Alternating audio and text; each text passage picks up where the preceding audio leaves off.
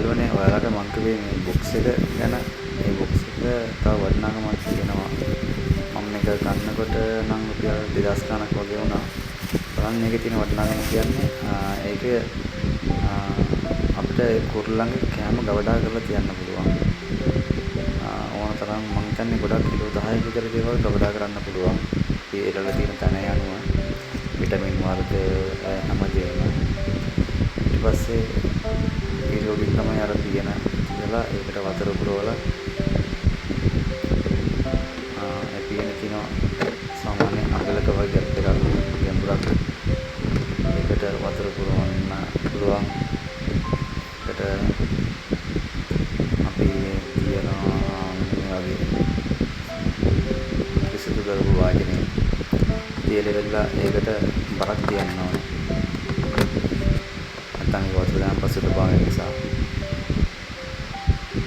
මෙන්න මේ වගේ බරක් තියාගන්නවා. ඊට පුළුවන් මේකට කැම දාන්න. ඊට පස්සේ කැම දැම්මන් පස්සේ කුරුල්ලන් කනකොට ඒක වටේ වැටිලා කූඩුවට වැටිලා එහෙම කූඩුව ජරා වෙන්නේ නැහැ. ඒක නිසා කූඹියන එක සම්පූර්ණ නවතිනවා. මේ මම ආපු පියනට දාන්න පුළුවන් වතුර ලිටර් 2ක් පිරෙන්න වතුර. සමහර කුරුල්ලන්ට වතුර බොන්නත් ඒකෙන් පුළුවන්. සමහරලාට නානවත්.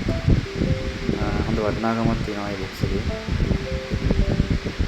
ඔයාලා බලන්න පුළුවන් නම් මේ වගේ ලොකු කුඩුවක් තියෙනවා නම් මේක try කරන්න.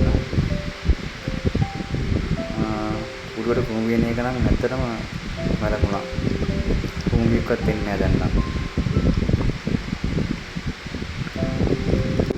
මම හිතන්නේ මේක තමයි කුඹු එනවට කරන්න පුළුවන් හොඳම විසඳුම දැනට.